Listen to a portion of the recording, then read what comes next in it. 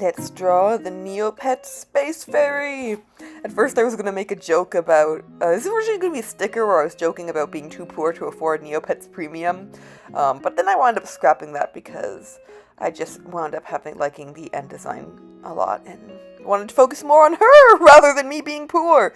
And so yeah, I'm just starting off with my sketch, super rough, trying to figure out where all the limbs go, not really fussing too much with details yet, just making sure I've blocked in the pose I like. At first she's kind of sitting and being sexy, but then I decide I'd rather have her in a superhero pose, because that's more in character.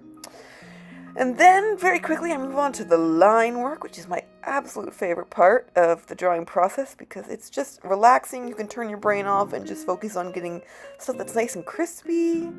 I like to use the syrup, it's syrup brush in Procreate. It's got a little bit of stabilization, which makes getting the nice curves a lot easier than it would be in traditional drawing. And, I'm a digital artist. I like to take shortcuts wherever I can.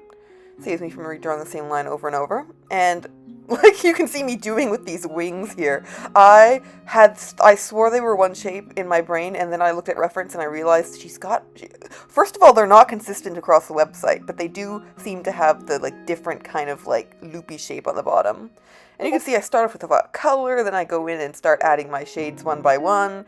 I like to try and keep in mind of a vague idea of where a light source is, but we're going fairly cartoony, so I'm just, stuff in front more light, stuff in back more dark, adding highlights. I was really happy with how the highlights turned out with this hair. I thought they looked really shiny and kind of cool.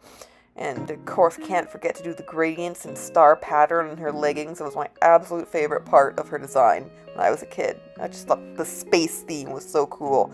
And I'm going in and adding detail on the wings, doing these little power zaps, and before we know it, we're done.